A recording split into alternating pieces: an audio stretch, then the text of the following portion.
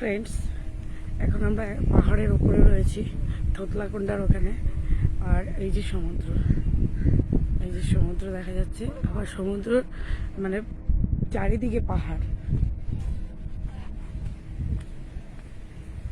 এটা ভাইজ্যাগের মধ্যেই পড়েছে, ভাইজ্যাগেরই সাইট সিন বিভিন্ন স্পটগুলো।